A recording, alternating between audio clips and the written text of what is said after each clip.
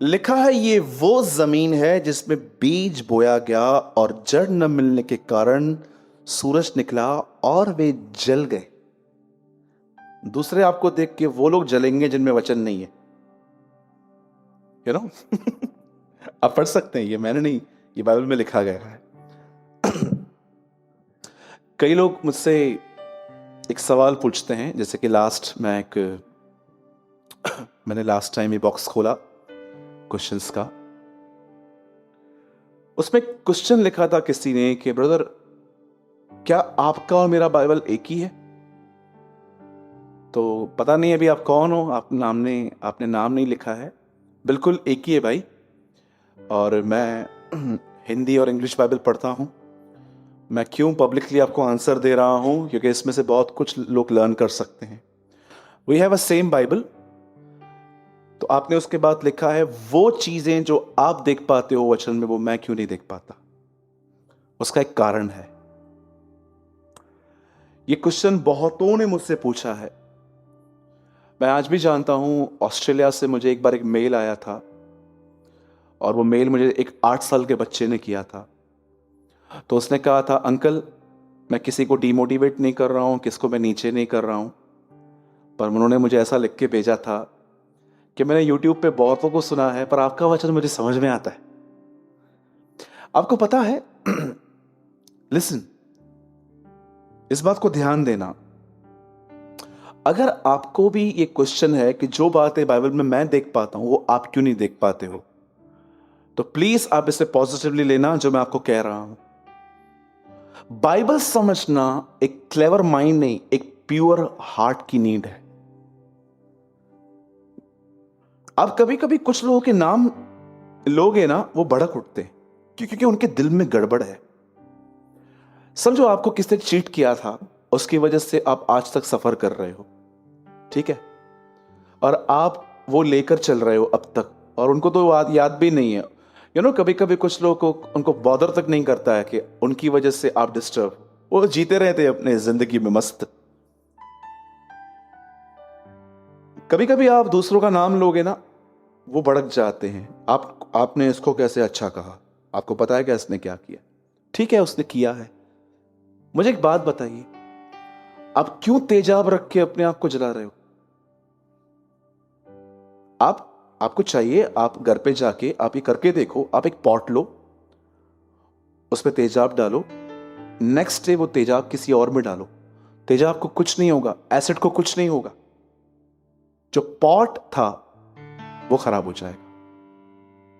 कुछ चीजें ऐसी हैं, चीजों को कोई फर्क नहीं पड़ता है, खराब कौन होता है? आपको तकलीफ होती है। जब भी आप ये चाहते हो कि बाइबल आप पर रिवील हो, तो मैं आपको बताना चाहता हूं ये आपके ऊपर है ही नहीं। कई लोगों ने मुझे सिखाया था 50-50 बार एक अध्याय पढ़ना। अरे मैं आपको सच कहता हूं, मैंने याकूब की पत्री कम से कम 800 बार पढ़ी है। पर जब मैं उनको पढ़ता था, मुझे बहुत पसंद है याकूब की पत्री, क्योंकि मुझे लगता है कि मसीह की देह में याकूब प्रभु के दांत है जो काटता है। हम सब मसीह की देह हैं, कोई सब उसके अंग हैं। मुझे ऐसा लगता है वो उसका यीशु मसीह के दांत है याकूब। वो एक ऐसी पत्री है जिसमें ऐसा लिखा गया है कि एक व्यक्ति की जुबान कंट्रोल में नहीं है तो वो मसीह नहीं है। वो एक ऐसा वचन है जिसमें लिखा गया है कि अगर तुम गरीबों की मदद नहीं करते हो पर उनके लिए प्रार्थना करते हो तो तुम गुनहगार हो। इतना स्ट्रेट है वो। अगर तुम उसे कहते हो गर्म रहो, तृप्त रहो, तो क्या तुमने पाप नहीं किया? वो एक ऐसी पत्री है जिसमें ऐसा लिखा गया है कि दुखों में आनंद करो, और एक जगह पे तो ऐसा लिखा गया है सुनने में बहुत क्विक बनो और बोलने में धीमे बनो। एक ऐसा लेटर है वो बाइबल का जो मुझे लगता है कि वो काटता है हमें। मैं 50-50 बार उसको रीड करता था। आपको पता है, एक बार तो मैंने याकूब की पत्री एक दिन में 22 बार पढ़ ली, और जब मैं पढ़ रहा था तो मुझे लग रहा था मेरे अंदर कुछ जा ही नहीं रहा है। री रीड री रीड री रीड री रीड री रीड री रीड री रीड, और जाके रात को ये जब मैंने पढ़ लिया तो मेरी बहन रात को घर पे आई, तो मैंने उसको क्या बोला, मैंने याकूब 22 बार पढ़ा है। तो मेरी बहन ने बोला, वचन तो नहीं गया है, घमंड से पूरा भर गया है तू। तो मैंने बोला हाँ ये बात भी सही है। कुछ लोग देखिए ऐसे हो जाते हैं, राइट? अब सुनिए, बाइबल उस पर रिवील होती है जिसका हार्ट प्योर है। आपको क्या लगता है मेरा हार्ट प्योर है? सुनिए, गंदगी घुसने की बहुत कोशिश करती है मेरे अंदर, पर मुझे पता है मुझे अपनी रक्षा कैसे करनी है। सुलेमान कहता है तू अपने मन की रक्षा कर, ये काम परमेश्वर नहीं करेगा। मैंने आज तक ये प्रेयर नहीं की है प्रभु मेरे मन की आप रक्षा करें। नो, वो तेरा काम है। अगर आपको लगता है कि एक दिन एक स्वर्गदूत आपके सामने आपके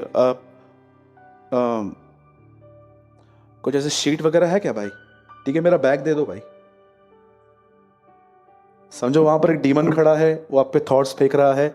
आप कभी ये बिलीव मत करना कि आप यहां खड़े हो और एक एंजल खड़ा रहेगा। No, don't disturb him. कभी नहीं होने वाला ऐसा। परमेश्वर ने विचार आप तक पहुंचने की अनुमति क्यों दी है? ताकि आप मैच्योर बनो।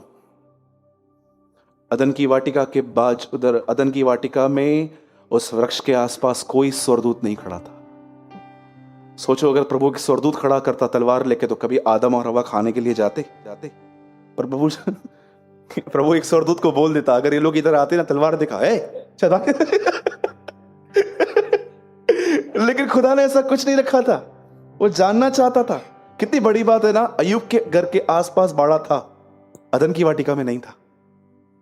शैतान अय्यूब के घर में घुसने से पहले अनुमति मांगता है, मैं कैसे जाऊं, तूने बाड़ा बांध के रखा है। लेकिन आदम के आसपास कोई बाड़ा नहीं था ताकि वो परखे जाए। आप जानते हो परमेश्वर आपको परखता है। अब हार्ट को प्योर कैसे रखते हैं भाई? जिसने भी ये सवाल आपने बॉक्स में डाला है कि मैं बाइबल पढ़ता हूं, आपकी और मेरी सेम बाइबल है, पर वो बातें मैं नहीं देख पाता हूं जो आप देख पाते हो। अब इसमें आपका आंसर है। सुनिए, किसी के लिए नफरत मत रखो, वचन समझ में आएगा। That's it। अगर किसी भी व्यक्ति का नाम सुन के आपके ब्लड में अप डाउन होता है, आप समझ जाओ आप गड़बड़ में हो। पर ब्रदर उन्होंने मुझसे किया है, एग्री, पर बाइबल ये भी कहती है माफ करो। ब्रदर लेकिन उनकी वजह से मैं सफर कर रहा हूं, बिल्कुल, बाइबल ये भी कहती है परमेश्वर पे कर देगा वापस। गॉस्पल ये नहीं है कि तुम्हारे साथ बुरा नहीं होगा, गॉस्पल ये है कि बुराई में से भलाई निकालेगा। याद रखना इस बात को।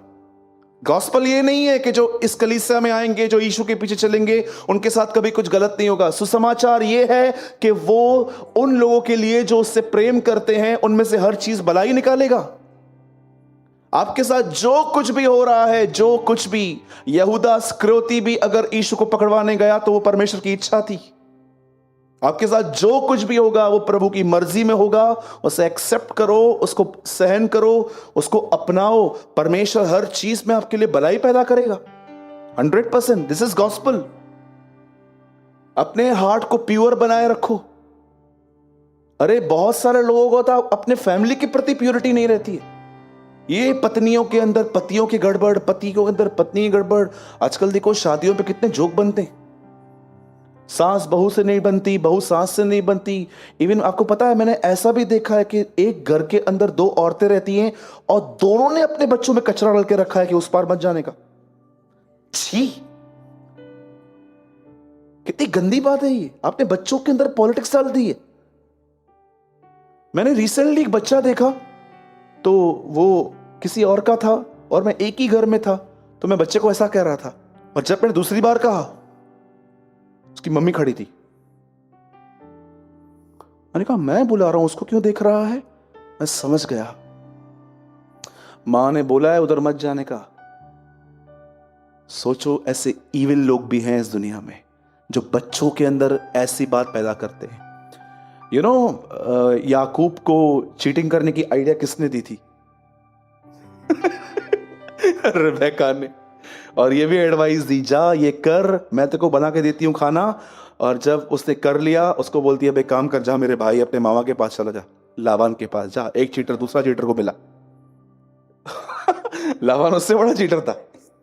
7 साल मजदूरी करवा के और 7 साल करवाई। तुम शेर हो ना, खुदा तुमको 1.25 शेर मिलवाएगा 100%।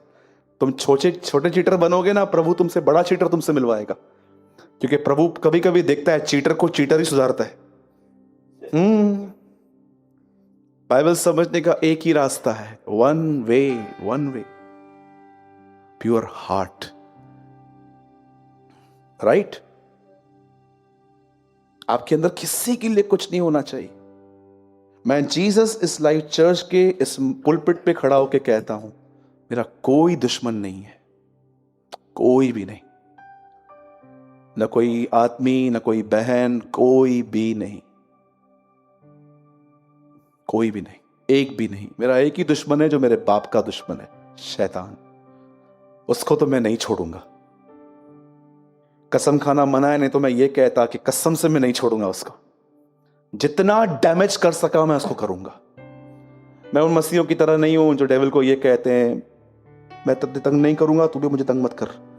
मैं ऐसा कभी नहीं बनूंगा। मैं कहूंगा मैं जितना उसको मार सका मैं उसको मारूंगा, राइट। कितनों के बाद जानते हैं आपको शैतान पर अधिकार प्राप्त है। यस, आपकी सुननी है, याद रखना इसको। उसको आपकी सुननी है, वो किसी और की सुने या न सुने, आपको उसको है ना आपकी सुननी है। ये उल्टा है कि आप उसकी सुनते हो ये बात अलग है, पर बाइबल बताती है उसको तुम्हारी सुननी है। यीशु ने कहा जाओ, आत्माएं तुम्हारे वश में है। वो लोग आए थे ना वहां से भाग भाग के, अब प्रभु आत्माएं हमारे वश में है।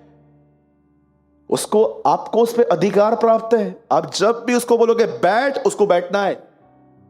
और अगर वो भौंक रहा है तो प्रभु ने अलाउ किया है, बस। मैं कभी कभी समझता हूं एक डॉग है जिसकी चेन प्रभु के हाथ में, और जितनी प्रभु डील देगा उतना ही वो आगे आएगा, राइट। और कई लोग जो ये कहते हैं शैतान ने तंग किया है, शैतान ने तंग किया है, शैतान तुमसे तंग है हाँ, बोलो अपने बाजू को, शैतान तुझसे तंग है। हाँ, कुछ लोग पता है क्या रहेगा, बर्तन भी गिरेगा ना, बोलेंगे शैतान ने गिराया। अरे बरोबर रखना उसको। एक बार एक बहन ने मुझे पता नहीं हमारे ऑफिस के नंबर पे कॉल आया, ब्रदर हर रात को 2 बजे हमारे घर पे बर्तन गिरते हैं, हर 2 बजे। मैंने बोला जिसमें आप रखते हो वो चेक करो। नेक्स्ट डे उसने मुझे बताया आप सही कह रहे थे कि एक नीचे की डंडी की गायब थी। आजकल कुछ भी होता है ना, कुछ भी। इवन आप कभी कभी लोग चश्मा उतार के कहां रख देते हैं, फिर मिलता नहीं है, फिर बोलते हैं शैतान चश्मा लेके गया। अरे इतने ब्लेम्स लगते हैं उस पर, इतने ब्लेम्स लगते हैं उस पर। मतलब मैं सच्ची बोलता हूं, मैं इस बात को मानता ही नहीं हूं कि वो उल्लासनगर में रहता है।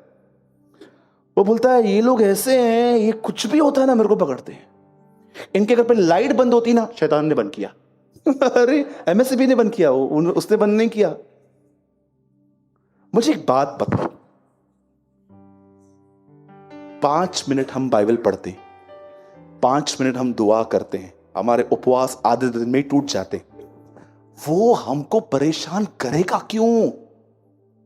वो बोलता है ये कुछ करते ही नहीं है वो उनको तंग करेगा जो 3-4 घंटे दुआ करें, आधा दिन प्रेयर करें, बाइबल पढ़ें। आपको क्यों तंग करेगा? आप तो ऑलरेडी उसके हाथ में हो। शैतान करता है। सुनिए, एक मिस्ट्री मैं आपको बताता हूं, लिसन। बाइबल बताती है शैतान को अवसर न दो। वो उनके जिंदगी में काम करता है जो उसको अवसर देते हैं। वो कभी भी आपके लाइफ में होल्ड नहीं रख सकता आपका, उसको हमेशा मौका मिलता है। आपको पता है मौका कैसे मिलता है? चलो एग्जाम्पल, चेतन भाई हैं बाहर बैठे होंगे, सुलेखा दीदी बैठी है, ठीक है।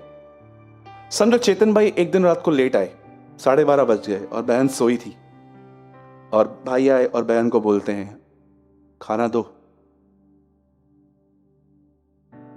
ये टाइम है आपके आने का। आया तो सही ना, फिर आया तो सही मतलब क्या मेरे पे एहसान किया है क्या? चल खाना दे रही हूं। और जैसे सिस्टर ने खाना उनको दिया, रोटी ठंडा है, ठंडा मतलब खाओ ना, जो मिल रहा है धन्यवाद करके खाओ ना, सूरज भाई बोलते हैं। सूरज भाई और भी बहुत कुछ बोलता है वो भी सुन वो नहीं सुनते हो आप। आपको पता है ये डिस्कशन डेविल को चांस देती है। मुझे ऐसा लगता है कि जब भी दो पति पत्नी, दो भाई, दो बहनें आपस में डिस्कस करती है ना, ऐसे शैतान उसके बीच में डांस करता है। वो इतना एंजॉय करता है आपकी कन्वर्सेशन को। यस, और जिस दिन वो आप कहते हो मैं बात नहीं करूंगी, वो बोलता है हिप हिप हुर्रे। ये तरीका है उसको चांस देने का। मसीह भाइयों और बहनों, एक बात सीखो, प्रकाशन को बाद में ढूंढो, पहले सबसे पहले डिस्कशन करना बंद कर दो। तू सही, मैं गलत, बात खत्म। No discussion. आपको पता भी है कि आप सही हो, वो गलत है, फिर भी बोलो तू सही मैं गलत। आजा भाई छोड़। मैं यीशु के नाम में कहता हूं, आप इस एटीट्यूड को रखो। नेक्स्ट डे वो खुद आपको आके कहेगा आई एम सॉरी, मेरी गलती। कितनी बार मेरे साथ ऐसा हुआ है, मैंने लोगों को एक्सप्लेन ही नहीं किया। कभी कभी मुझ पे ऐसे ब्लेम्स लगते थे क्रिश्चियंस के थ्रू कि ये है वो है, तू ये है तू वो है। मैं उनको एक ही बात बता रहा, ओके। जैसे मैं फोन रखता था, मैं फूट फूट के रोता था, फूट फूट के। कभी कभी मेरे पास वाले ये बर्दाश्त कर पाते थे, ब्रदर रो रहा है, और वो मुझे पूछते थे क्या हुआ, मैं ऐसे करके बोलता nothing brother, I am okay. मैं छोड़ दे रहा बातों को। और आज 2-3 महीने के बाद वो मुझे कॉल करके बोलते थे भाई सॉरी यार, बहुत रूडली बात कर लिया आपसे। उनको बोलता रहा brother it's okay, no problem. परमेश्वर मेरी परिस्थितियों को मुझे बनाने के लिए इस्तेमाल करता है, इस बात को जान लो। मैंने कभी अपने आप को एक्सप्लेन नहीं किया है, और न मैं कभी करूंगा, कभी भी नहीं। मुझे एक बात पता है, एक दिन आएगा जब हम सबकी सब जो हमारे सच्चे चेहरे हैं वहां पर सब दिखाई देंगे, हम कौन हैं, हमने क्या किया। ओके, कितने लोग तैयार हैं वचन के लिए? सब रेडी हैं? बहुत ऑसम वर्ड है आज खुदा सबसे बात करेगा। आमीन। ओके, आइए हम सब खोलेंगे इब्रानियों की पत्री और उसका 12वां अध्याय, हिब्रू 12:24। और नई वाचा के मध्यस्थ यीशु और छिड़काव के उस लहू के पास आए हो जो हाबिल के लहू से उत्तम बातें कहता है। आज इस चीज की बहुत लोगों को कम जानकारी है कि ब्लड क्या होता है। आप जानते हो यहूदी आज भी जब अपने बच्चों को बड़ा करते हैं तो अपने बच्चों को बाइबल की कौन सी किताब सबसे ज्यादा पढ़वाते? लेवी व्यवस्था।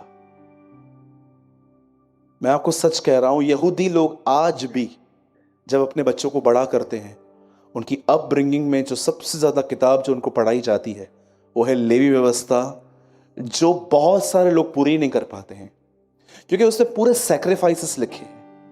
और ये तो छोड़ो, आप अगर पुराने नियम में आप पुराना नियम किसको दोगे ना, तो बहुत सारे लोगों को तो वो किताब मिलती भी नहीं है,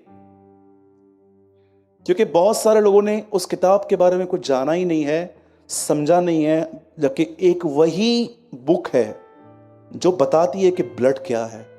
क्योंकि हर अध्याय में आपको मिलेगा कि एक जानवर लो, उसको काटो, उसका ये हिस्सा अलग करो, झिल्ली अलग करो, गुर्दा अलग करो, ये अलग करो। सेम बातें पढ़ पढ़ के लोग उब जाते हैं और वो सीधा व्यवस्था विवरण में चले जाते हैं कि यार इसको छोड़ दे, बाद में देख लेंगे।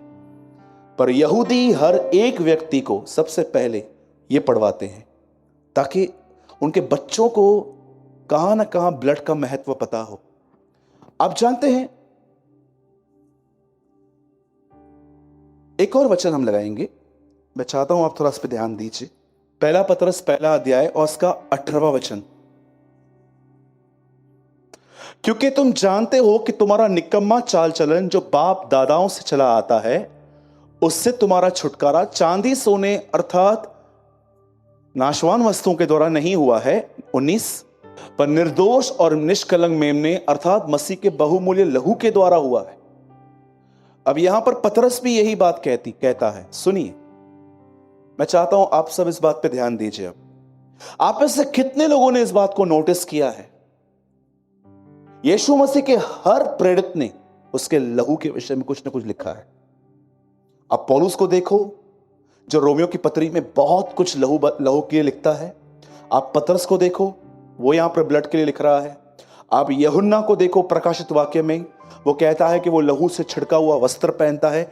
इब्रानियों का लेखक जो है वो लहू के लिए लिखता है। आप आराम से पढ़िए, बाइबल में हर एक प्रेरित, हर चेला कहां न कहां अपनी पत्रियों में ये डायरेक्शन देता है कि उसका ब्लड क्या है।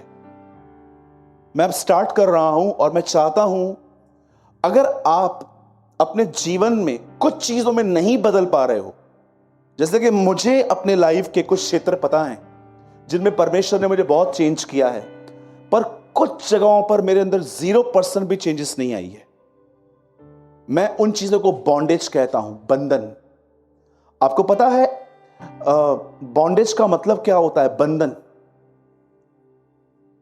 जब बाइबल बताती है बॉन्डेज, बंधन, तो उसका अर्थ क्या है? बॉन्डेज एक ऐसी चीज होती है जिसमें आपका कंट्रोल नहीं है। उस चीज में आपको जैसा चाहे ऑपरेट किया जाता है और आप एक गुलामी की तरह चलते हो। इसलिए यीशु ने कहा, मैंने तुम्हें गुलाम नहीं पर मैंने तुम्हें दोस्त कहा है। क्योंकि गुलाम नहीं जानता कि वो स्वामी क्या है, पर दोस्त जानता है सब कुछ। पुत्र जानता है, भाई जानता है। मैं जब भी आपके लाइफ में ये वर्ड आप सुनो ना, बंधन, बॉन्डेज, इसका मतलब क्या है? एक ऐसी जगह जहां पर आपका बस नहीं चलता। एक थॉट आता है और आप उस काम को कर लेते हो। इसीलिए 7 अध्याय में पौलुस कहता है, जो काम मैं करना नहीं चाहता हूं वो मुझसे होता है, क्योंकि अब इसका करने वाला मैं नहीं परंतु वो मुझ में बसा हुआ पाप है, इस बॉन्डेज। अब आप अच्छे से जानते हो कि आप यहां पर जितने भी लोग बैठे हो सकता है कि आपका बाहर जो स्टेटस है वो बहुत औसम है। मैं किसी से भी आपके बारे में बात कर रहा हूं कि ये व्यक्ति कैसा है, तो मुझे एक अच्छी रिपोर्ट देंगे, ब्रदर वेरी हेल्पफुल, बहुत अच्छा आदमी है ये। लेकिन दरवाजे के अंदर आप घर पे कैसे हो ये आपकी फैमिली जानती है। कई बार जब हम बाहर इस जगह पे ऐसा लिखा गया है, ये स्वतंत्र होने की प्रतिज्ञाएं देते हैं पर समय सड़न के गुलाम हैं। कभी कभी हम लोग बहुत दिखाई देते हैं कि हम बहुत स्वतंत्र हैं, पर सच्चाई ये होती है कि कभी कभी हम इतने गुलामी में रहते हैं कि हम स्लेव हो जाते हैं। जैसे कि मैं आपको अपना एक बॉन्डेज बताता हूं जिससे मैं रिसेंटली फ्री हुआ हूं। आपको पता है, रात को सोने के बाद भी मुझे लगता था कि मैं दोपहर में भी सो जाऊं, और इसकी वजह से मेरे बहुत सारे काम रुकते थे। होता क्या था, मैं खाना खाता था और मुझे नींद आती थी और मेरा काम, और मैं ये सोच के सोता था कि मैं 1 घंटा सोऊंगा, और उसके बाद कभी कभी मैं 3-3 घंटे सोया रहता था। ये 2 साल पहले की बात है और मुझे नींद आती थी बहुत। मैंने कहां ना कहां मैं अपने लाइफ एक रूटीन बना चुका था कि मुझे ये करना है। और आपको पता है, एक दिन तो ऐसा आ गया, मेरी चीजें, मेरी हैबिट्स बन गई, और मैं कई बार चाहकर भी, आप भी देखो, आज लोग नींद के गुलाम हैं। जब भी नींद उनको बोलती है सो जाते हैं, और ऐसा सोते हैं, मैं आपको सच्ची बताता हूं, अलार्म लगाते हैं, उनको छोड़कर सब उठ जाते,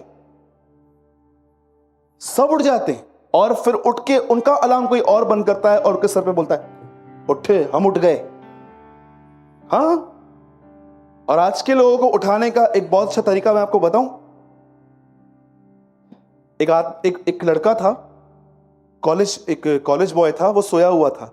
उसकी मां ने उसको बोला, विकी, ए विकी, हाँ 6 बज गए, उठ, कॉलेज है तेरा बेटा। हाँ, आ रहा हूं 6:15। विकी, ए विकी, बोल ना मां, उठ बेटा, उठ, नहाना है तुझे।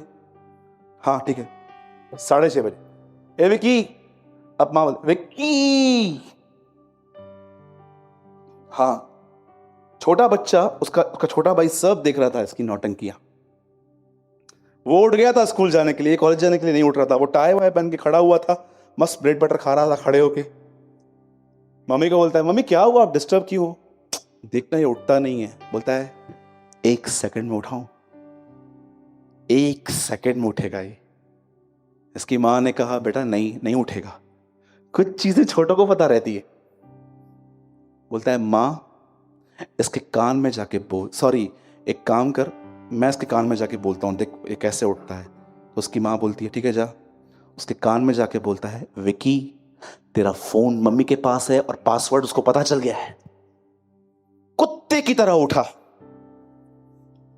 आजकल लोगों को उठाने का सबसे अच्छा तरीका है उनका फोन लेके भाग जाओ।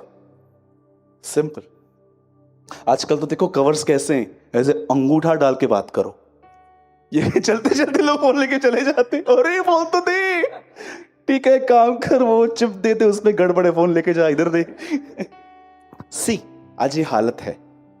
सुनिए अभी ध्यान दीजिए। नींद जो है वो बुरी नहीं है। परमेश्वर ने आपका बदन इस तरह बनाया है कि आपको 8, 9, 7 घंटे नींद चाहिए। मैं नहीं कहता हूं कि हर एक को मेरी तरह 5 घंटे सोना चाहिए, पर आपको नींद चाहिए। पर कभी कभी आपको लगता नहीं है आप बहुत सो चुके हो, अब वाजिब नहीं है, अब आपको काम करना है। लेकिन कुछ लोग की ये लाइफ है। और सुनिए, लेजीनेस से सिर्फ लड़ना नहीं पड़ता है। आप समझो कुछ कुछ चीजें हमें लगती है कि ये नेचर है, पर नेचर नहीं है, बॉन्डेज है। आपको क्या लगता है कि अगर एक आदमी रात को सोता है और उसको ऐसे ऐसे ड्रीम्स आते हैं जिसमें वो बहुत सारे पॉर्न चीजें देखता है, वो बहुत सारे नंगी नंगी बातें देखता है जो उसने देखा है, आपको क्या लगता है ये नेचुरल है? ये डीमंस हैं, ये दुष्ट आत्माएं हैं। वो जानते हैं कि एक आदमी को कैसे सिन में गिराना है। मैं आपको बताना चाहता हूं, एक आत्मा है जिसका नाम है, आपको पता है फिरौन की आत्मा, मूसा, एक फिरौन के अंदर एक आत्मा थी। मूसा जब भी उनको बोलता रहा मेरे लोगों को जाने दे ताकि वो प्रभु के लिए आराधना करना जाएं, पर्व मनाएं, कहते हैं ना, वो जाने दे रहा था। एक ऐसी आत्मा भी है इस दुनिया में जो इंसान को परमेश्वर की आराधना करने के लिए रोकती है। आप देखो जब इजबेल मर रही थी तो वो क्या कर रही थी? लिखा है वो सुरमा लगा रही थी। अब हुआ क्या, येहू वहां पर गया और येहू ने उसको ऐसे यहां तक ऐसे तीर खींचा, और जैसे वो उसको लगा उसके पीछे 2 खोजे खड़े थे, उन्होंने उसको धक्का दे दिया, वो नीचे गिर गई। आप देखो जिस दिन वो मरी उस दिन वो अपनी छत पे खड़े होके, एक बालकनी में खड़े होके फैशन कुछ ऐसा कुछ कर रही थी, मेकअप कर रही थी वो। आप कभी कभी कुछ लड़कियों को देखोगे ना मेरी बहनों, आप देखो वो 24/7 आपको मेकअप में दिखेंगी, 24/7। ये क्या है? ये स्पिरिट्स है। क्या कहती है बाइबल तीमुथियुस में? परमेश्वर ने तुम्हें भय का नहीं पर सामर्थ का आत्मा दिया है। भय सिर्फ एक भावना नहीं है, वो एक आत्मा है।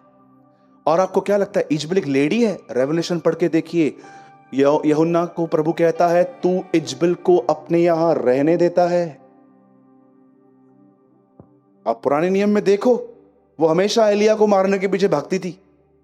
नए नियम में एलिया का आत्मा किसके ऊपर था? और राजा हेरोदेस ने जिससे अफेयर रखा था उसके अंदर कौन था? इजबेल। वहां पर भी आके कहती है मेरे को ये चाहिए। स्पिरिट, दिस इज स्पिरिट, ये आत्मा है। आपको लगता है ये नॉर्मल चीजें हैं, आंखों का भटकना, पर मैं आपको बताना चाहता हूं ये सब बंधन है। ये बचपन से रह रह के दुनिया ने हमको ये नाम दे दिया है कि ये तो नेचुरल है। ये नेचुरल नहीं है, ये डार्कनेस है जिससे यीशु हमको छुड़ाने आया, इसलिए उसका जन्म हुआ। तू अपने लोगों का उनके पापों से उद्धार करेगा। ये प्रोजेक्टर, इसके पीछे भी आप बिलीव करेंगे जो वर्ड लगा हुआ है वो है, वह इसलिए नहीं आया ताकि संसार पर दंड किया गया दे, पर इसीलिए ताकि संसार उसके द्वारा उद्धार पाए। मेरा बहुत मन था जब हम चर्च को डिजाइन कर रहे थे कि हमारे चर्च में 2 वर्ड्स जो यहां पर लगे हो, दोनों में उद्धार शब्द हो। दोनों में उद्धार शब्द है। इस प्रोजेक्टर के पीछे 3:17 जॉन लगा हुआ है। अब ध्यान दीजिए, मैं वर्ड स्टार्ट कर रहा हूं।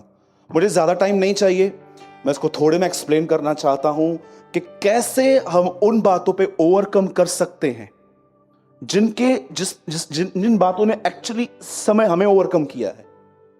जैसे कि एक चीज है, मुझे लगता है यहां पर हर व्यक्ति को ओवरकम होने की नीड है, और वो है नेगेटिव थॉट्स, नकारात्मक सोच। सिर्फ अपने विषय में, बच्चों के विषय में, परिवार के विषय में, फ्यूचर के विषय में सिर्फ और सिर्फ नेगेटिव सोचते रहना। ऐसी बहुत सारी बातें हैं। Now listen very carefully. Bible ऐसा बताती है परमेश्वर ने 6 दिनों में इस सृष्टि को बनाया। 7वें दिन उसने विश्राम किया। विश्राम करने के बाद उसने, वचन कहता है, आदम को उसने एक प्लेस पर रखा जिसका नाम था अदन का बाग, अदन की वाटिका। और परमेश्वर ने उसे वहां पर रख दिया और क्या किया, उसके सामने एक इंस्ट्रक्शंस दे दिए, तू सब कुछ खा सकता है सिवाय एक को छोड़ के। पर आदम ने जब उसे खाया और हवा ने भी खाया, लिखा है वे नंगे हो गए और परमेश्वर से डरने लग गए। मैं बिलीव करता हूं कि आदम कहां ना कहां यह बात जान लेता था कि परमेश्वर आ चुका है, क्योंकि इस बार भी जब प्रभु आया तो वो कहता है मैं तेरा शब्द सुनकर डर गया था। कहां ना कहां जब परमेश्वर उस गार्डन में एंटर होता था, मुझे लगता है कुछ एक्टिविटीज होती थी, कुछ होता था। हो सकता है पत्ते हिलने लगते हो, या हो सकता है कि कुछ और बातें होती हो, पर समथिंग कुछ था। और जैसे परमेश्वर उसे कहता है आदम तू कहां है, तो वो बाहर वो कहता है कि मैं नहीं आऊंगा वगैरह वगैरह, जो भी बातें वहां पर लिखी गई हैं। और उसके बाद प्रभु एक बात कहता है, वो कहता है तूने क्या किया? बोलता है तूने जो पत्नी दी उसने मुझे फल खिलाया, पत्नी को पकड़ा तूने, मुझे सांप ने। और जब परमेश्वर ने देखा कि ब्लेम लास्ट सांप पे आया है, तो प्रभु ने जजमेंट भी सांप से ही शुरू की। सबसे पहले सांप को मारा, उसके बाद हवा को बात की, फिर आदम को। अब सुनो, मैंने बहुत जल्दी में निपटारा कर दिया इन बातों का, और अब मैं मुद्दे पे आ रहा हूं, ध्यान दीजिए। आप नोटिस कर रहे हो, जब आदम उस अदन की वाटिका से निकल रहा था तब वो नंगा था, पर उसने अपने आप को पत्तों से ढांपा था। और जब वो निकल रहा था, मैं ये हैरान हो गया कि जब परमेश्वर उसे देख रहा था कि जब वो जा रहा है और वो मुंह लटकाए हुए जब जा रहे थे, तो मुझे लगता है परमेश्वर उनको ऐसा किया, वेट वेट। परमेश्वर ने उनको अपने करीब बुलाया, एक जानवर लिया, उसे काटा, उसकी स्किन निकाली उसने। बोलो स्किन। अब आप मुझे बताइए, स्किन में क्या लगा हुआ रहता है? ब्लड। परमेश्वर ने वो स्किन निकाली, उस स्किन को स्टिच किया उसने। He is the first tailor in the Bible. उसे स्टिच किया और उसको कहा कम। जैसे वो आगे आया, उसके वो कपड़े उतारे और वो उसको स्किन डाल दी गई। अब मुझे बताओ, जब उस स्किन के अंदर जो बातें, जो ब्लड था, वो कहां लगा? आदम के बॉडी पे। आपको कितने लोगों ने इस बात को नोटिस किया है, जब परमेश्वर ने अदन की वाटिका से इंसान को निकाला तो उसके पूरे बदन पर ब्लड लगा के निकाला। वाह। मैं सोचता था आदम क्या सोचता होगा, यार ये किया क्यों परमेश्वर ने? मैं सोच रहा था प्रभु आपने उसकी स्किन निकाली, उसको स्टिच किया, उसको पहनाए, बरोबर इसे अंदर गए होंगी, दोनों बाहें अंदर गई होंगी उसकी, अब यहां तक था वहां तक था, I don't know, but Bible ऐसा बताती है कि वो स्किन थी। अब स्किन के ढकने की वजह से पूरे बॉडी पे ब्लड लगा हो। आपको मैं बताना चाहता हूं, परमेश्वर उसे एक प्रॉफिटिक मैसेज दे रहा था कि एक दिन ब्लड की वजह से तुम कवर्ड हो जाओगे, एक दिन तुम ब्लड की वजह से बचोगे। और आप देखो आगे चल के पूरी इज़राइल भी यही कर रही थी, जब भी वो पाप करते थे प्रभु को ब्लड देते थे। अब सुनिए, परमेश्वर ने अदन की वाटिका में ही सबको बता दिया था कि ब्लड बहेगा। और जहां तक मैं जानता हूं, ये वहां पर शायद लिखा नहीं है, पर मेरी ये सोच है, ये जानवर एक मेमना है। वहां लिखा है कि परमेश्वर ने एक पशु काटा, पर मुझे लगता है ये मेमना है। आप जानते हो उसके बाद क्या लिखा गया है? एक समय आया, ध्यान दीजिएगा, एक समय ऐसा भी आया जब इज़राइल के लोग जो थे वो गुलामी में थे। बोलो गुलामी में। गुलामी का मतलब समझते हो? मुझे नहीं पता है कि आप में से कितने लोग सच में डिक्शनरी में गए हैं इस वर्ड को समझने के लिए। गुलामी, आपके पास कोई ऑप्शन नहीं है गुलामी में, आपको करना है। आप बॉस नहीं हो, आप गुलाम हो, आपको जो ऑर्डर मिलेगा आपको करना पड़ेगा। जब परमेश्वर के लोग गुलामी में थे तो जानते हैं एक दिन क्या हुआ? परमेश्वर मूसा को कहता है जा मेरे लोगों को आजाद करवा, और बाइबल बताती है वो वहां पर पहुंचा और उसने फेरो से बात करना स्टार्ट किया, मेरे लोगों को जाने दे। पर मैं आपको बताना चाहता हूं, सुनिए, अब उस रात क्या हुआ जिस रात फेरो ने उनको जाने दिया था? बाइबल बताती है परमेश्वर ने उन्हें कहा सुनो, आज की रात मैं तुम्हें यहां से निकाल लूंगा, पर आज की रात तुम्हें एक काम करना है। एक मेमना लो, उसे काटो, और उसका जो ब्लड है, समझिए ये एक डोर है, ठीक है, इसे चौखट पे लगा दो। और होगा क्या, आज रात को जब मौत का फरिश्ता नीचे उतरेगा तो वो सबको मारेगा, लेकिन उन घरों को छोड़ देगा जिनके घरों पे ब्लड लगा हुआ है। अब जानते हो, छुटकारे की एक रात पहले उन्होंने अपने घर के बाहर ब्लड लगाया था।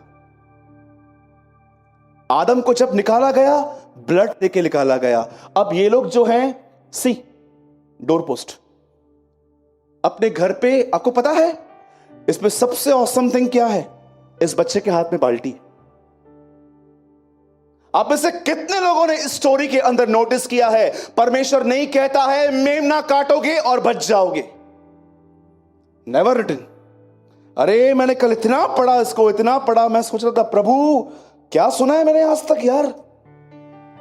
परमेश्वर ने कहा भी नहीं कहा है कि तुम मेमना काटोगे बच जाओगे। परमेश्वर यह भी नहीं कहता है कि उसका खून बहेगा तुम बच जाओगे। परमेश्वर कहता है वो बचेंगे जिन्होंने ब्लड को लगाया होगा। अगर इजरायली उस रात मेमना काटते और वो खून बाल्टी में ही पड़ा रहता तो भी वो मर जाते। लेकिन सच्चाई ये थी, इन्होंने अपने हाथ में एक जूफा लिया, जिसे दाऊद कहता है जूफा से मुझे साफ कर। इन्होंने अपने हाथ में जूफा लिया और उसको अपने घर के बाहर लगा दिया कि हम इजराइल के लोग हैं और मौत के फरिश्ते तू हमारे बीच में नहीं आएगा। इतिहास तो ऐसा कहता है, एक जगह पर एक ऐतिहासिक किताब में ऐसा लिखा गया है, जिस रात मिस्र में मौत का फरिश्ता दाखिल हुआ उस रात हर यहूदी 100 भजन संहिता 91 कह रहा था अंदर, बाहर लोग मर रहे थे, वहां 10,000 गिरेंगे पर मौत हमें न छू पाएगी। इतिहासकार, बाइबल के विद्वान ऐसा कहते हैं, जिस रात लोग मर रहे थे उस रात वो अपने घर में बैठ के भजन संहिता 91 पढ़ रहे थे, वो बच गए थे। अब परमेश्वर यहां पर यह नहीं कह रहा है कि तुम मेमना काटोगे और तुम बच जाओगे। परमेश्वर कहता है मैं उन घरों को छोड़ दूंगा जिन पर मैं इस खून को देखूंगा। आज बहुत सारे लोगों से आप पूछोगे ना, मेरे भाई मेरी बहन, आपको प्रभु यीशु के लहू के बारे में कुछ पता है? हाँ, 2019 साल पहले प्रभु हमारे लिए आए, हमारे लिए खून बहाया गया। तो भी तो तुम बंधनों में हो, तो भी तो तुम परेशान हो, निंदाएं करते हो, चुगलियां मारते हो, तुम्हारे सेल फोन कचरों से भरे पड़े हैं। क्यों? रीजन जानते हैं क्या है? तुमने ब्लड को बाल्टी में रखा है, उसे लगाना नहीं सीखा है। बाइबल ऐसा बताती है, मुर्दों में से जी उठने के बाद। आप देखो, आप कभी आपको कोई मैसेज करता है, बहन, आप बहनों को कोई बहन मैसेज करती है, बहन आधा घंटा मिल सकते हो आप मुझसे, कुछ काम था दीदी, सर मिलते हैं ना, भाई ने आज प्रचार किया है यीशु मसीह के ब्लड के ऊपर, थोड़ा हम लोग ढूंढते हैं ब्लड के लिए कहां कहां लिखा गया है। आज जिससे भी मिलोगे ना आपको अपनी प्रॉब्लम ही बताएंगे। जानते हो क्यों? क्योंकि उनको इंटरेस्ट ही नहीं है। They don't even care। क्या यार, अब बहुत सारे भाइयों से मिलो, they know the gospel, उनको सुसमाचार पता है सिर्फ, they know the bloodless gospel। एक ऐसा प्रचार किया जा रहा है आज जिसमें यीशु के लहू की कोई जिक्र ही नहीं है। आप जानते हो उसके बाद क्या हुआ? एक दिन ऐसा हुआ, यीशु मसीह क्रूस पे मरे, उनके बदन से खून बहा, और ये देखिए, मुर्दों में से जी उठने के बाद लिखा है एक कमरे में सब उसके चेले बैठे हुए थे, खिड़कियां और दरवाजे बंद थे। अचानक प्रभु यीशु मसीह उनके बीच में खड़े हुए और एक चेले को कहते हैं, मुझे छू। मुर्दों में से कोई व्यक्ति जिंदा हो, उसको देखकर ही बहुत लोग बिलीव नहीं करते। उनको लगता है हम ख्वाबों में हैं या तो ये झूठ है। इसीलिए यीशु ने याईर की बेटी को जिंदा करके कहा, इससे कुछ खाने को दो ताकि तुम्हें बिलीव हो, इसको दो खाने को ताकि तुम्हें होश आए। आपने पढ़ा है वचन? यीशु ने याईर की बेटी को जिंदा किया तो क्या कहा? इससे कुछ खाने को दो। मैं बोला प्रभु उनको भूख लगी थी क्या? उसको भूख नहीं लगी थी, इनको होश में आने दे कि ये खाना को दे, और हाथ में पकड़े, अरे हां कहां गई थी, इनको होश आए। आप जानते हो बाइबल क्या बताती है? मुर्दों में से जिंदा होने के बाद उसके सब चेले वहां पर थे और वो उनके बीच में आके खड़ा होकर एक बात कहता है, आओ मुझे छू। कुछ समय पहले वो मरियम को कहता है मुझे मत छू, लेकिन अब वो कहता है मुझे छू, देख, अपने बॉडी के बारे में एक्सप्लेन करता है वो। ऑसम, ऑसम है ये। बोलता है मुझे छू, ये देख मांस, ये देख हड्डी, ये देख। भूत के मांस और हड्डी नहीं होते भाई, ये देख है मेरे पास, दोनों है। प्रभु आप एक चीज भूल रहे हो, इंसान के पास बॉडी में हड्डी है, मांस है, लहू है। यीशु कहता है मुझे छुओ, ये देखो मांस भी है, हड्डी भी है। प्रभु खून कहां है? बहा दिया गया। आप जानते हो जब यीशु मसीह मुर्दों में से जी उठा, उसके बदन में खून का एक ड्रॉप तक नहीं था। तो ब्रदर वो उठा कैसे? विदाउट ब्लड ताकत कैसे आई? पढ़िए रोमियो पहला अध्याय, क्या लिखा है? पवित्र आत्मा की सामर्थ से वो जी उठा, परमेश्वर इसको अपनी ताकत से उठाया। आप जानते हो यीशु ने अपना खून तो बहा दिया। मेरा सवाल आज ये है, इस पत्री के अंदर एक याजक, कई लोग कहते हैं ना पौलुस की इब्रानियों पौलुस ने लिखा है, उन्होंने लिखा है, वो लिखा है। मैं आपको पर्सनली बताऊं, मुझे इस बात पर बिलीव ही नहीं है कि इब्रानियों पौलुस ने लिखा है। क्योंकि इब्रानियों की पत्री में इसलिए कह रहा हूं क्योंकि हर पत्री में पौलुस ये बात कहता है, मेरा प्रिय पुत्र तिमुथियुस। पर इस पत्री में यहां पर लिखा है, हमारा भाई तिमुथियुस छूट गया है। मैं बिलीव नहीं करता हूं, मैं ये बिलीव करता हूं वो पत्री एक याजक ने लिखी है, जो पुरानी वाचा का कोई सेवक था। क्योंकि मंदिर में क्या क्या पड़ा है, ही नो एवरीथिंग। अब जो कहते हैं, मुझे उनसे भी कोई दिक्कत नहीं है, पर मैं बिलीव नहीं करता हूं कि ये पत्री एक पौलुस नामक एक व्यक्ति ने लिखी है। खैर ये विवाद नहीं है। कभी लोग मुझसे पूछते हैं भाई किसने लिखा, तो मैं बोलता हूं brother wait wait wait wait, आप कहोगे उसने लिखा और मैं कहूंगा इसमें झगड़ा हो जाएगा, चलो बीच में आ जाते हैं। सच्ची बात यह है जिसने भी लिखा हो, पर पवित्र आत्मा ने लिखा।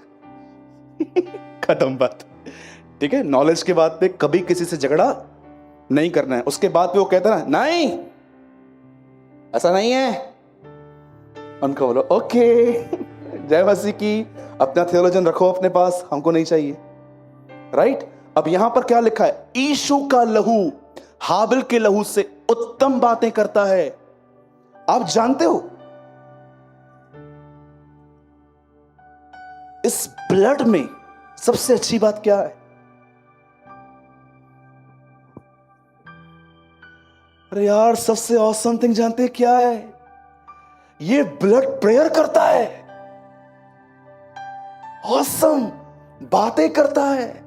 हाबिल का मर्डर हुआ, केन ने उसको मार दिया, परमेश्वर धर्मी की मौत देखने के लिए उतर आता है। वचन में लिखा गया है स्तेफनोस को जब पथराव किया जा रहा था, पूरी बाइबल के अंदर लिखा गया है कि यीशु परमेश्वर के दाहिनी ओर ऐसे दुआएं करता है। पर पूरी बाइबल को छोड़ो, साइड में रखो, एक वचन ऐसा लिखा है कि जब स्तेफनोस मर रहा था तो यीशु खड़ा था और वो वहां पर खड़े होकर कहता है, मैं मनुष्य के पुत्र को परमेश्वर के दाहिनी ओर खड़ा हुआ देख रहा हूं। एक अकेली प्लेस है जहां पर यीशु मसीह खड़ा था, क्योंकि लिखा है वो धर्मियों की आत्माओं का परमेश्वर है, वो नबियों की आत्मा का परमेश्वर है, वो वक्ताओं की आत्मा का परमेश्वर है। आपको पता है जब वो मर रहा था, हाबिल जब मरा, मैं बिलीव करता हूं परमेश्वर आया और परमेश्वर ने देखा वो ब्लड कुछ मांग रहा था, वो ब्लड कुछ मांग रहा था। आपको पता है वो ब्लड रिवेंज मांग रहा था। खुदा इस बंदे को तू कैसे छोड़ रहा है, तू उसे मत छोड़। लेकिन जब क्रूज पे लहू बहा और परमेश्वर जब अपने पुत्र को भी देखने के लिए आया, तो मैं बिलीव करता हूं उसका लहू ये कह रहा था, अब एक काम करना, ये जो मेरा खून जिस किसी व्यक्ति पर लगे उस पर दया करना। इसीलिए लिखा गया है ये लहू उत्तम लहू है। आप जानते हो मसीह के लहू में सबसे उत्तम बात क्या है? उस लहू में एक सबसे अच्छी बात यह है, अगर वो लहू आपके बदन पर लगे तो वो लहू खुदा से बात करता है। मैं जब भी अपने पाप कन्फेस करता हूं, मैं हमेशा खुदा को कहता हूं, खुदा तू मेरे गुनाहों को माफ कर और मुझे मसीह के लहू में धोकर शुद्ध कर। और मैं हमेशा महसूस करता हूं कि परमेश्वर मुझ पर रहम करता है। मैं आपसे पूछना चाहता हूं, अब कितने लोग ये जानना चाहते हैं कि ये लहू उपयोग में कैसे लाया जाता है? जानना चाहते हैं? पक्का घर जाके करेंगे? आप साबुन साइड में रखो, रेनॉल्ड वॉन्की कहते हैं आप साबुन साइड में रखो तो भी आप क्लीन नहीं हो सकते हो, उसको उठाना पड़ेगा और साफ करना पड़ेगा। अरे उसको तो छोड़ो, वो कहते हैं तुम साबुन की कंपनी में काम भी क्यों ना करो तो भी तुम शुद्ध नहीं हो सकते हो, तुम्हें साबुन लेना पड़ेगा, उसे लगाना पड़ेगा। अब सुनिए ये लहू कैसे काम करता है, मैं आपको बताना चाहता हूं। प्लीज बाइबल मत खोलिए, मैं 5 मिनट में मीटिंग पूरी करने वाला हूं। मैं सिर्फ एक वचन आपके सामने लगा रहा हूं, ब्रदर, रोमन्स 3:25। देखिए हाउ ब्लड वर्क्स, ये कैसे आप लगा सकते हैं। उसे परमेश्वर ने उसके लहू के कारण एक ऐसा प्रायश्चित ठहराया जो विश्वास करने से कार्यकारी होता है, कि जो पाप पहले किए गए और जिनको परमेश्वर ने अपनी सहनशीलता से आनाकानी की, उनके विषय में वह अपनी धार्मिकता प्रकट करे। पौलुस यहां बताता है विश्वास से उसका लहू काम करता है। आपको पता है कैसे? अब मैं आपको एग्जाम्पल दिखाता हूं, सुनिए। जब भी आप अपने गुनाह को मान लेते हैं, सुनिए इस बात को याद रखिएगा, अगर आपके हाथ में मीठा है तो मक्खियां आपका पीछा करेंगी। अगर आपके हाथ में नॉनवेज की बैग है तो डॉग्स आपके पीछे आने वाले हैं। तो इस बात को भी याद रखना, ब्लड एक चीज को फॉलो करता रहता है और वो है लाइट। जैसा वह ज्योति में है वैसे हम भी ज्योति में चले तो उसके पुत्र यीशु का लहू हमें माफ करता है। सबसे पहले इस बात को याद रखो, जब आप अपने गुनाह को मानते हो, एक गुनाह, प्रभु मुझे माफ कर, मैं बातों को ऐड करता हूं, मैं बातों को बढ़ा चढ़ा के बताता हूं। ये गुनाह करते हैं सब लोग, बहुत सारे गुनाह होते हैं, और प्रभु मैं इन पापों से नहीं निकल पा रहा हूं। उस समय आप एक वचन कह सकते हो जो वचन में लिखा गया है, प्रभु लेकिन आपके वचन में लिखा गया है आपके लहू में अपराधों की क्षमा और छुटकारा है। जब आप ये कहते हो ना, मैं आपको बताना चाहता हूं, आप अपने घर के बाहर ब्लड लगा रहे हो। जितना कन्फेस करोगे ब्लड के वर्ड, उतना ये काम करेगा। तो ब्रदर अगर मैं कन्फेस ना करूं तो कोई प्रॉब्लम नहीं, जैसे आए थे वैसे चले जाओगे, नो प्रॉब्लम। कितने लोग हैं जो अपना कमरा बंद करके ये कहते हैं, स्वर्गीय पिता यीशु मसीह के नाम से मैं तेरे सामने आता हूं, मैं एक एक्टर हूं प्रभु, एक्टर, मैं सिर्फ एक्टिंग करता हूं कि मैं एक मसीह हूं, मुझे बाइबल के बहुत सारे वचन याद हैं, लेकिन सच्चाई ये है प्रभु जी कि मेरे अंदर मेरे भाइयों और बहनों के प्रति नफरत है, मैं लोगों के नाम को खराब करता हूं, मैं उनके नाम को बदनाम करता हूं प्रभु। लेकिन आज मैं रियलाइज हो रहा है मुझे कि मैं गलत हूं, और मैं दुआ करता हूं, तेरे खून में है, तेरे खून में एक क्वालिटी है कि तेरा खून मुझे क्षमा करता है, छुटकारा देता है। मैं प्रार्थना करता हूं मुझे अपने लहू से धो, मुझे अपने लहू से साफ कर, मेरे अंदर से बंधनों को तोड़। आप जब ये कन्फेस करना स्टार्ट करोगे ना ब्लड के वर्ड, मैं आपको सच कहता हूं, कहां ना कहां आप ये महसूस करोगे कि पवित्र आत्मा इस ब्लड को लेके आपके अंदर बंधन तोड़ेगा। हम जानते हैं कई बार हम विश्वासी ब्लड लेस प्रेयर करते हैं। स्वर्गीय पिता हम दुआ करते हैं यीशु के नाम में। आज मैं कलीसिया गया, सही बोलता है भाई प्रभु, मैं बहुत बकबक करता हूँ, बकबक करती हूँ, मुझे माफ कर। तुमने अपने प्रार्थना में यीशु के लहू की कोई जिक्र तक नहीं किया, क्योंकि तुम बहुत राइचियस हो, तुम अपनी ही नजर में बहुत बुद्धिमान हो। और जानते कुछ लोगों को वास्ता तक नहीं है इन चीजों का। उनको जानते हैं वास्ता क्या है? मैं आपको बताऊं, मैं आपको सच कहता हूं, ये बड़ी खतरनाक चीज है बिलीवर्स में। जानते हो किस चीज से संतुष्ट है? मैं चर्च होकर आया हूं, घर पे होमवर्क कुछ नहीं करोगे? हाँ, टीचर अच्छे से जानती थी हम लोग कैसे हैं, इसलिए वो होमवर्क देती थी। मैंने इतनी मारे खाई थी होमवर्क न करने पर, इतनी मारे खाई थी। मेरे टीचर एक दिन तो ऐसे उसका माइंड सेट हो गया था कि नहीं पढ़ता है, और जैसे वो आती थी वो कहती थी, मैं उनको बोलता रहा जा रहा हूं। आपको पता है बहुत सारे स्टूडेंट्स मसीह में ऐसे हैं, कोई होमवर्क नहीं है घर पे। स्कूल होकर आए हैं, बस स्कूल से आएंगे, ऐसे बैग उतार के फेंकेंगे, मैं जा रहा हूं। कहां जा रहा है? जा रहा हूं। अरे पढ़ेगा कौन? तेरा बाप। हाँ, पढ़ा उसको। मैंने अपनी आंखों से देखा है, मैं जिस अपार्टमेंट में रहता था पहले, वहां पर एक बच्चा आता था, वो ऐसे आके बैग ऐसे फेंकता था। मैं कई बार जब मॉर्निंग में आता था, वो बैग ऐसे फेंकता था। आप बिलीव करो, वो बेल्ट भी ऐसे बैच निकाल के फेंकता था। मम्मी मैं जा रहा हूं, और जाते जाते मालूम वो क्या बोलता रहा? मैं पढ़ के आया हूं। अरे तेरा पेपर है कल। पढ़ के आया हूं, मैं आ रहा हूं। आज लोगों को ये स्पिरिचुअलिटी लगती है। मैच आई बदर मां ही नहीं आया, ताए सामू बैठी ना नहीं है, पूछा गया मां, मैं आती हूं, मैंने आपके क्या सो व्हाट? क्या घर पे कुछ होमवर्क करते हो कि घर जाएं और अपने ऊपर इस ब्लड के वचन ढूंढें? अरे मेरे पास इतने ब्लड के वर्ड्स हैं, और मैं यहां पर लाता नहीं हूं क्योंकि मुझे पता है सब मुझसे मांगेंगे, ढूंढेगा कोई भी नहीं, ढूंढेगा कोई भी नहीं। मैं हैरान हो गया, प्रभु आपने कहा तो उनको उनके पापों से उद्धार करेगा, लेकिन कुलिस्सियों में लिखा है ये उद्धार लहू से होगा। पतरस कहता है एक जगह पे, तुम्हारा जो छुटकारा है उसके लहू से है, बाप दादाओं का गंदा स्वभाव। मैं सच कहता हूं, मैं इतना तंग हूं इस स्वभाव से अपने आप में कि प्रभु मेरे फोरफादर्स का नेचर आखिर मुझ में से कब निकलेगा। एक दिन ये नेचर ऐसे रेस्ट हुआ मेरे अंदर, मैं आपको दिखाऊं कैसे। मैं एक होटल में गया था, मैंने बताई थी पहले ये बात आपको। मैं एक होटल में गया, मैंने 2000 रुपीज दिए वहां पर। सिर्फ मैंने 100-125 रुपए का कुछ खाया था। 1875 उसको वापस देना था। आप बिलीव करो, पता नहीं उस बेचारे का ध्यान कहां पर था, वो किसी और का बिल मेरे पास लेकर आया। इतने सारे पैसे पड़े थे उसमें, कुछ ज्यादा ही थे, और मैं गिन रहा था और मैं देख रहा था। आप बिलीव करेंगे, मुझे वापस देने का मन नहीं कर रहा था। मुझे प्रभु बोल रहा था वापस दे, मैंने थोड़ी ना मांगे, खुद दिए हैं उसने मेरे को। हाँ, मुझे अमाउंट याद नहीं है, लेकिन मुझे इतना पता रहा जो मेरा अमाउंट वापस आना था उससे ज्यादा आ गए थे उसके। उन दिनों में नोट भी पुराने थे, नए नहीं थे, मुझे आज भी याद है। कुछ पता नहीं इसको कितना लेके आना था, मैं गिन रहा था, मैंने बोला यार तो डबल आ गए, और मैंने अंदर रखा, और मैं अंदर जैसे मैंने पैसे रखे, मेरा मन अशांत हो गया। वापस कर, वापस कर, वापस कर। और मैं बता, तू चुप कर।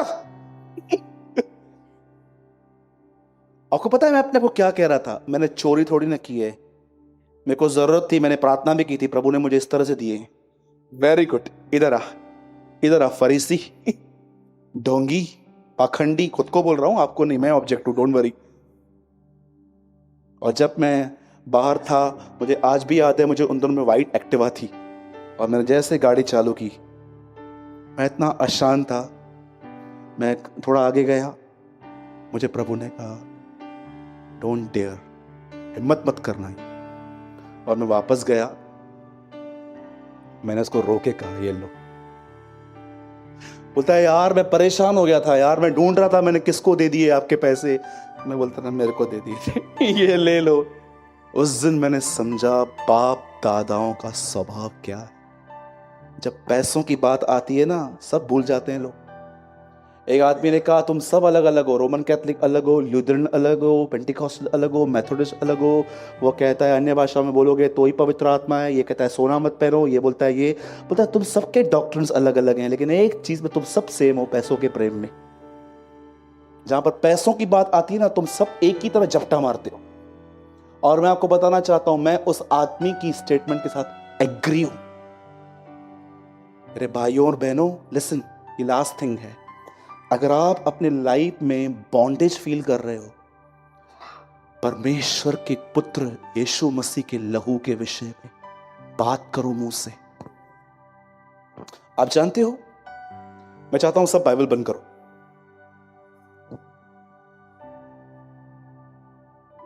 सब बाइबल बंद करो। जानते हो वो लहू आपको क्यों छुड़ाता है?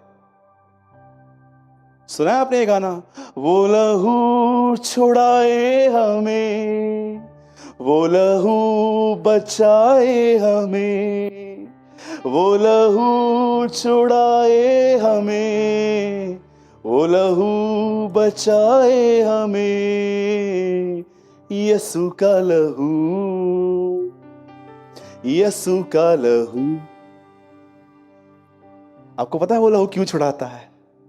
सुनिए, इसलिए अपने और पूरे झुंड की चौकसी करो, जिससे पवित्र आत्मा ने तुम्हें अध्यक्ष ठहराया है कि तुम परमेश्वर की कलीसिया की रखवाली करो, जिसे उसने अपने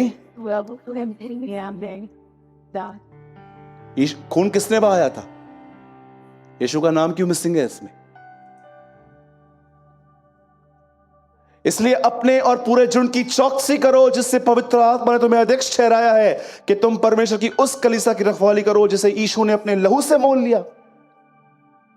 पूरी बाइबल के अंदर एक अकेला और इकलौता वचन है जो बताता है वो परमेश्वर का लहू था।